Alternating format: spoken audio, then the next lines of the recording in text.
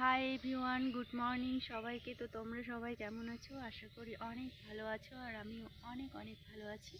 তো আজকে তোমাদের সাথে একটু আমি সকালবেলা উঠে কাজটা সেরে একটু আমাদের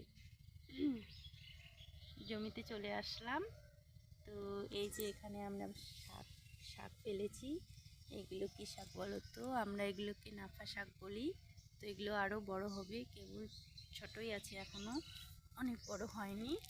আর এদিকে আছে তোমার ধনেপাতা।